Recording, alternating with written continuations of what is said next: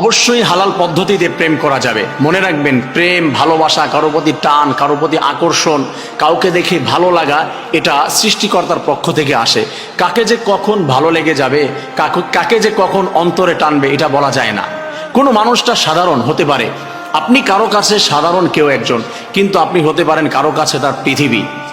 কেউ একজন সাধারণ, কিন্তু আপনার কাছে সে তার পৃথিবী হয়ে যেতে পারে।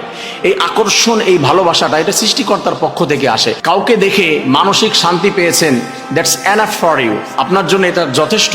প্রিয় ভাই বোনেরা, কারো প্রতি আকর্ষণ, ভালোবাসাটা, এটা আল্লাহ তাআলার পক্ষ থেকে আসে। আমি বলছি, প্রেম, ভালোবাসা, এটা 100% হালাল। এটা আরো ফরজ করে দিয়েছে আল্লাহ রাব্বুল আলামিন, যে প্রেম ভালোবাসা করতে হবে, পরস্পরকে ভালোবাসবে। কিন্তু এটা আবার আমাদেরকে বুঝতে হবে যে হালাল প্রেম রয়েছে আমাদের সমাজের ভিতরে। অনেকে দেখা যায় যে ছেলে মেয়েরা দুজনে প্রেম নিবেদন করছে, ভালোবাসছে।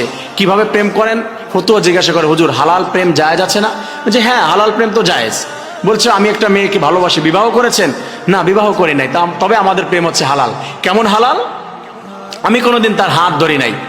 মেয়েটা হচ্ছে সুন্দর একটা বোরকা পরে, চোখ দুটা বের করা, সব ঢাকা, হাত বের করে চলে এসেছে, হাতের ভিতরে রং বেরঙের মেহেদি লাগানো, আবার নেল পলিশ দেওয়া, সুন্দর ডিজাইন করা, চোখের ভিতরে কয়েক প্রকারের ডিজাইন করে, চোখের ভিতরে কি লাগায় এগুলোর নামটা আমি জানি না, এই জন্য বলতে পারছি না, সুন্দর ডিজাইন করে এসেছে।